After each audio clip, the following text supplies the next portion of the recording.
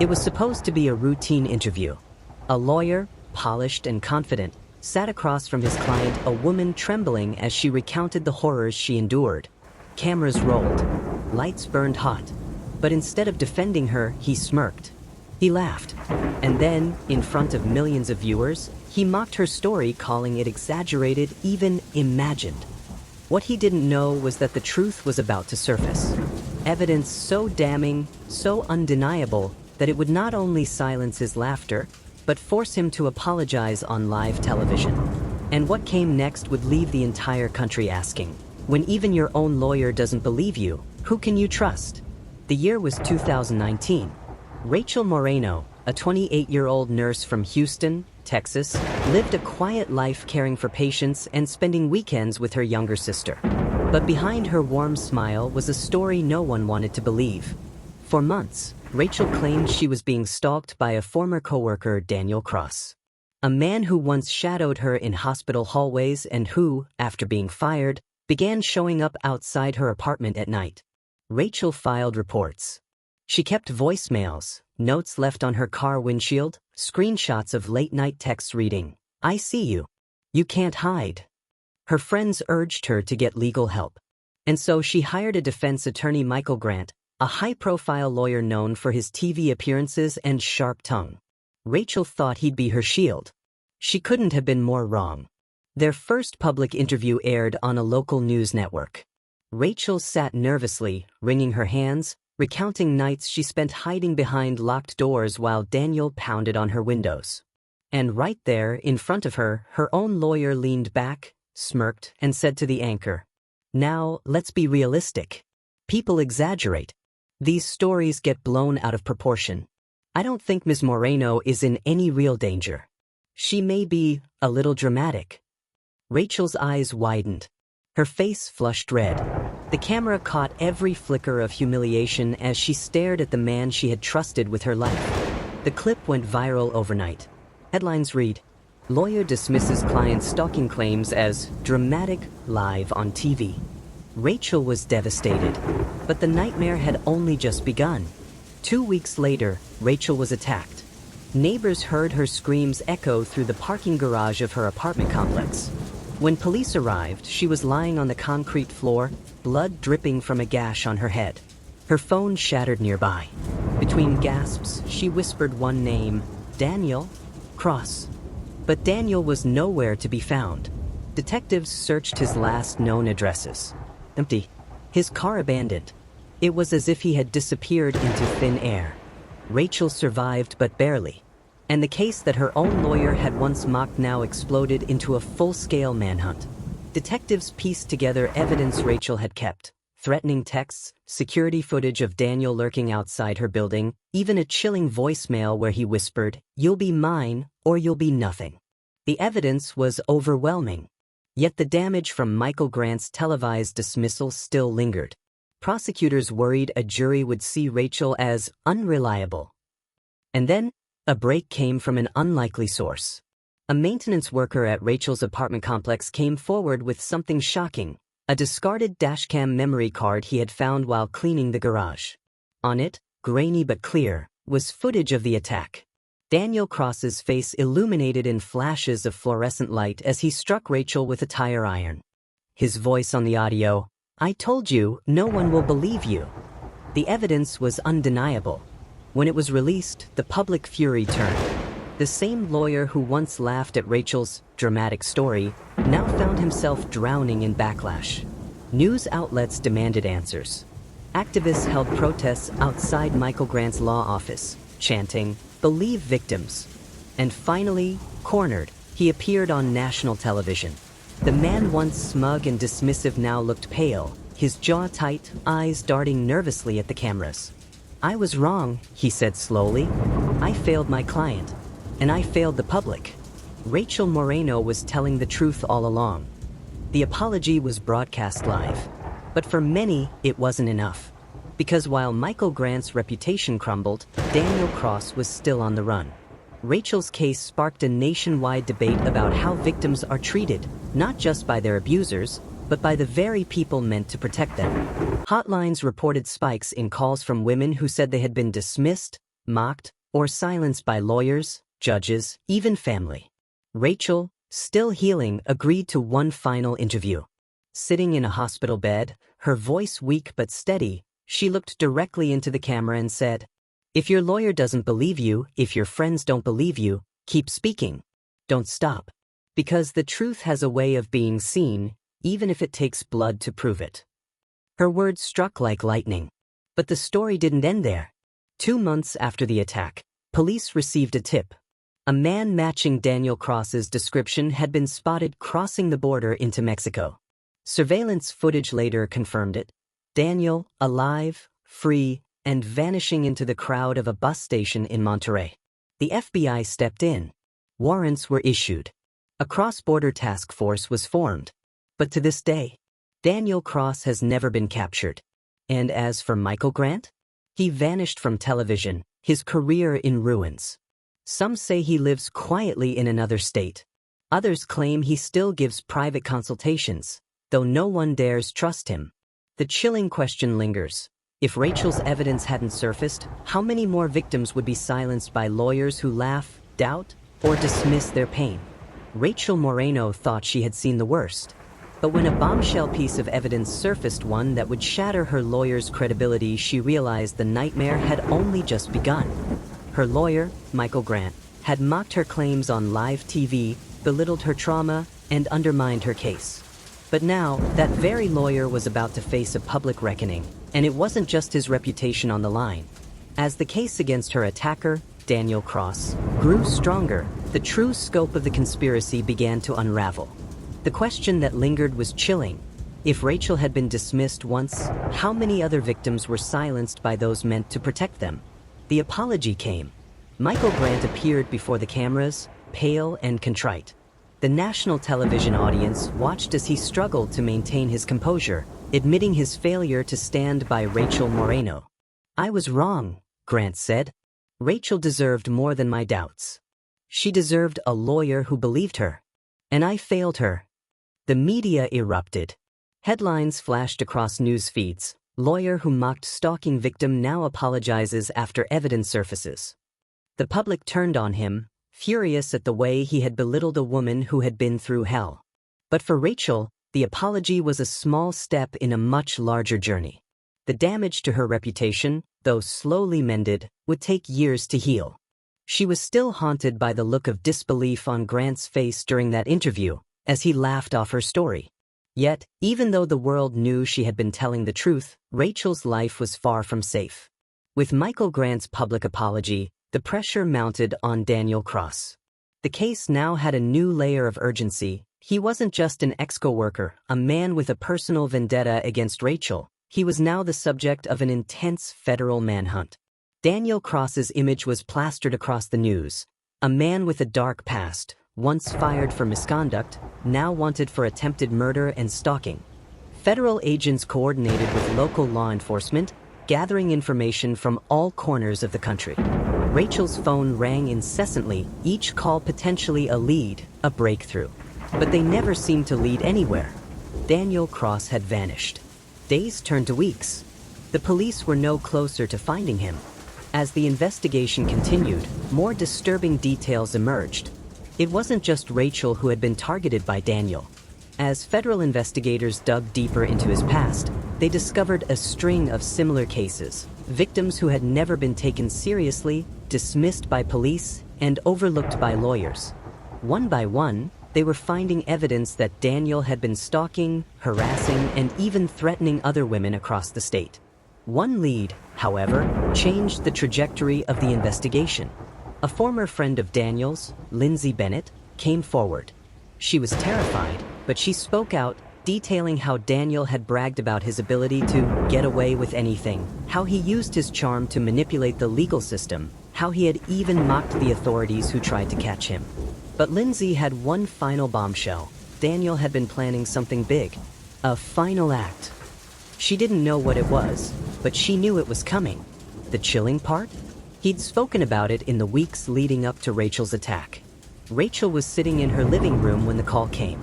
The detective on the other end of the line spoke with urgency. "Rachel, we need you to come to the station." "You're not going to believe this, but we've got the breakthrough."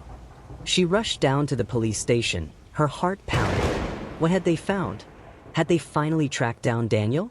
When she arrived, the detective led her into a small interrogation room. He handed her a file. Inside, she found a series of photographs, grainy, unsettling images of her apartment, taken from a distance. They were old, dating back to when Daniel had first begun stalking her. But it was the next photo that made her blood run cold. It was a picture of her, in her living room, just days before the attack. Taken from across the street. Daniel Cross had been closer than she'd ever imagined. And he had been watching her every move. But the worst part? Attached to the photos was a note, handwritten, "She's next." Rachel could hardly breathe. The evidence pointed to one terrifying reality: Daniel had been planning this attack for far longer than anyone realized. But that wasn't all. The investigators had a chilling lead they had just uncovered. One of Daniel's closest confidants was someone no one had suspected, a prominent lawyer who had worked on high-profile cases for years. David Miller, a respected attorney who was well known for his connections in the legal community, was involved. Investigators discovered that Miller had been in communication with Daniel for months, offering legal advice, warning him about the police investigation, and even helping him cover his tracks. The more they uncovered, the clearer it became: Daniel had been using his connections in the legal world to stay one step ahead of the law. But now, the web of corruption was starting to unravel. Rachel stood in shock as she processed the information. Daniel Cross, a man who had ruined her life, wasn't working alone. The legal system, the one she had trusted to protect her, had been compromised from within. And just as she thought the worst was over, the FBI confirmed something more terrifying. David Miller was preparing to leave the country. Rachel's world turned upside down once again. Daniel Cross was still at large, and now a powerful lawyer was working to help him disappear. But the most chilling question still remained. Would Rachel ever be able to stop the forces working against her? And if David Miller helped Daniel vanish, how much further did the corruption in the legal system run? The case was spiraling into chaos. The man who had stalked Rachel Moreno, Daniel Cross, was still on the run. And now, a powerful lawyer named David Miller, who had been aiding him from the shadows, was about to escape the country. Rachel, traumatized yet determined, stood at the center of a storm she never imagined would touch her life. But as one enemy moved closer to disappearing forever, another emerged, more dangerous, more cunning. This was no longer just a battle for justice. It was a fight for survival. And the truth? The truth was darker than Rachel had ever imagined. The FBI had confirmed it. David Miller was preparing to leave the country. The man who had aided Daniel Cross, hidden behind the guise of a respectable lawyer, was now a fugitive. His passport had been flagged. Federal agents were working around the clock to stop him before he could slip into Mexico, where he had connections waiting. Rachel couldn't believe it. The man who had mocked her, who had dismissed her as dramatic on live TV, was now implicated in the most sinister way possible. She felt a mix of anger and dread. How many people in the legal system had been helping Daniel Cross? How many more were like David Miller, quietly protecting the guilty? But Rachel wasn't going to let Miller escape. The FBI asked her to stay quiet, to let them handle the operation.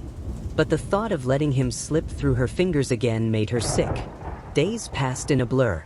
Rachel spent them in meetings with detectives and lawyers, reviewing her own case and watching the news for any hint of Miller's whereabouts. Her phone rang late one night. It was Detective Harold Jenkins. "Rachel, I think we've got him." Her pulse quickened. "What do you mean?" "We've traced his flight plans. He was supposed to leave tonight, but there's been a delay. I have an address for you." The location was a warehouse just outside the city. No one knew what Miller was doing there. It was a place he frequented, but it had always been a mystery. Now, it seemed like the last place he'd hide before escaping. Rachel didn't think twice.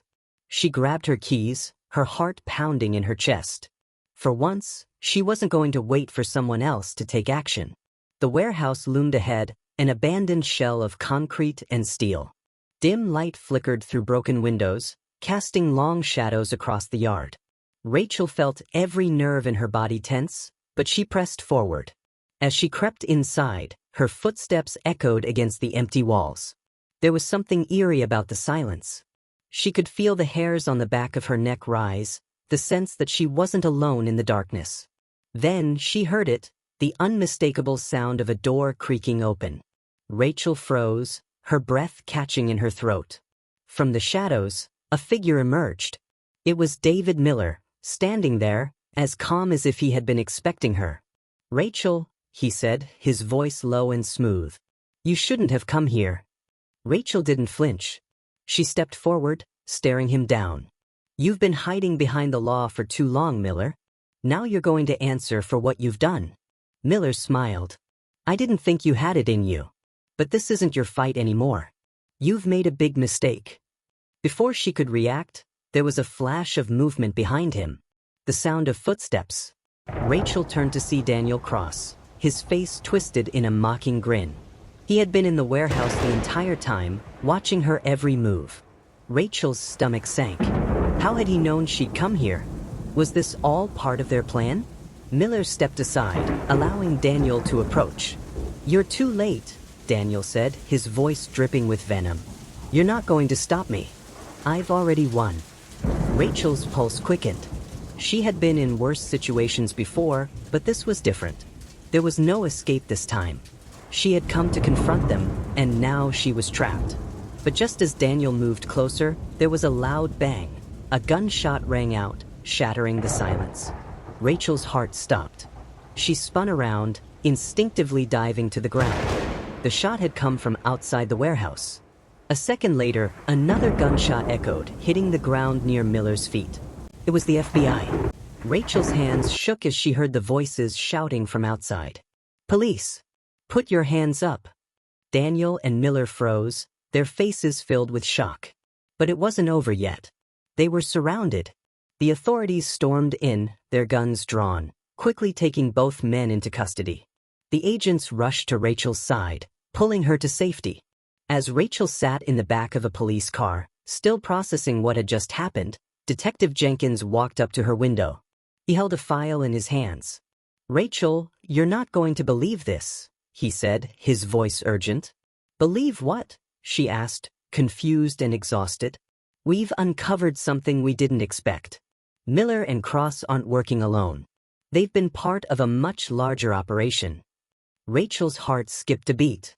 "What do you mean?" Jenkins handed her the file. Inside were documents, lists of names, numbers, coded messages. There was a network of individuals, all involved in covering up Daniel's crimes, all connected to people at the highest levels of power. "We're looking at a nationwide conspiracy," Jenkins said. "This doesn't stop with Miller and Cross. There are people at the top who want to keep this quiet. And we're just getting started." Rachel's mind raced. The fight for justice was far from over. Rachel's life was in danger once again, but now, more than ever, she realized the system she had trusted wasn't just flawed, it was broken. As the FBI continued to unravel the conspiracy, Rachel was left with one chilling thought. How far does this go? The men who had ruined her life weren't just ordinary criminals. They were part of something much bigger. And as the investigation unfolded, new secrets came to light, ones that made Rachel question everything she knew about the law, the people she trusted, and the fight for truth. But the real question still loomed: who was pulling the strings from the shadows? And would Rachel survive long enough to expose them? Rachel Moreno had been through hell. She'd trusted the system, believed that justice would prevail. But after everything, the stalking, the betrayal, the conspiracy that went all the way to the top, she had reached the final test. The last piece of evidence was in her hands, and now it was time to expose the truth. The question wasn't just about bringing Daniel Cross and David Miller to justice anymore. It was about surviving the truth. And with her life on the line, Rachel was about to make the ultimate choice. Rachel's heart raced as she stood frozen in her apartment, clutching the bag that held the encrypted files, the final piece of the puzzle. The knock on the door came again, louder this time. Her hand hovered over the doorknob. Could she trust who was on the other side? The voice that called out sounded like Detective Jenkins. But after everything that had happened, could she be sure? Was this another trap? Or was he really trying to protect her? "Rachel, it's me. Open up. They're coming." The sound of the approaching footsteps echoed through the hallway, growing closer, as though someone was trying to catch up to her before it was too late. The tension was unbearable. Finally, Rachel made her decision. She opened the door.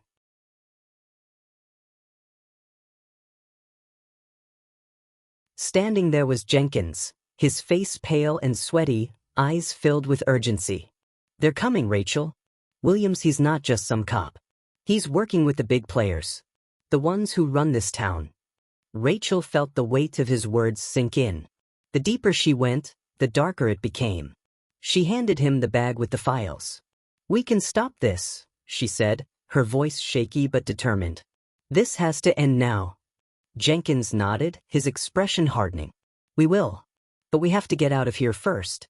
We'll figure out how to expose them all, but we can't do it here. It's too dangerous." The night was cold and silent as they slipped out of the apartment. But Rachel could feel the eyes of the world on her. The network of corruption she had exposed was vast. And with Jenkins' help, they were about to take the final step, one that would bring down Daniel Cross, David Miller, and every single person involved in the twisted operation. They made their way to a secure location, where FBI agents were ready to make their final move. As they entered the safe house, Rachel's phone buzzed. It was a message from an unknown number. "You think you've won, but we control everything. The truth will stay buried. There's nowhere left for you to hide." Rachel's heart sank as she read the message, but she quickly shook off the fear. She had come too far to turn back now. She had to trust the system, or what was left of it. Jenkins walked over, placing a reassuring hand on her shoulder. "You did it, Rachel. You brought this all to light. Now let's make sure it ends." As they prepped the evidence for release, Rachel's thoughts raced. She thought about all the victims, how many had been silenced by those with power, by a system so corrupt it would rather protect criminals than help the innocent. But now, everything was about to change. The FBI agents had already gathered the final pieces. The encrypted files Rachel had handed over were far more than just incriminating evidence. They were a blueprint, revealing the entire operation. At 6 a.m., the press conference began. The room was filled with reporters, cameras flashing as the authorities stepped forward. And then the bombshell. "Today, we announce the culmination of a nationwide investigation. Thanks to the courage of Rachel Moreno and the tireless work of law enforcement, we have uncovered a widespread conspiracy that involves not only Daniel Cross and David Miller, but also key figures in law enforcement and government. Their network, built on intimidation, corruption, and fear, has been dismantled. These criminals will be held accountable." Rachel stood behind the podium, her eyes locked on the reporters as the cameras flashed. For the first time in years, she wasn't afraid. She was finally able to speak her truth, and it was being heard. The arrests were made. Daniel Cross was caught at the border, attempting to flee the country, while David Miller was taken into custody for his role in facilitating Daniel's criminal activities. A dozen other officials were named in the conspiracy, their ties to the operation finally exposed for the world to see. Months later, Rachel walked down the steps of a courthouse, a free woman. The sun felt different on her skin, warmer somehow. The streets were quieter. As the public outrage grew, reform began. Laws were introduced to protect victims from both abusers and the system that often failed them. Rachel had fought against more than just the men who had terrorized her. She had fought against a system that had protected them. But now, she was helping to change that system, one victim at a time. Her life was not going back to normal, but it was something else now, something stronger, something real. As Rachel watched the sunset, she smiled. Her journey had been long, and the scars would always remain, but she had found her voice. And in the end, that was all that mattered. Justice was delivered. But for Rachel, the battle wasn't just about the victory. It was about knowing that the truth, no matter how hard to believe, had a way of coming to light. And that sometimes, in the fight against darkness, it only takes one person to ignite a spark. We live in a world where power often overshadows the truth. But as Rachel Moreno's case proves, the truth always has a way of breaking through. Even when the system seems rigged, there are those willing to stand up for justice. And sometimes, that's enough to change the world. If you've found strength in Rachel's story, make sure to subscribe to Dark Justice Files for more real-life cases of courage, corruption, and the fight for justice. Because the truth, as hard as it may be, always deserves to be heard.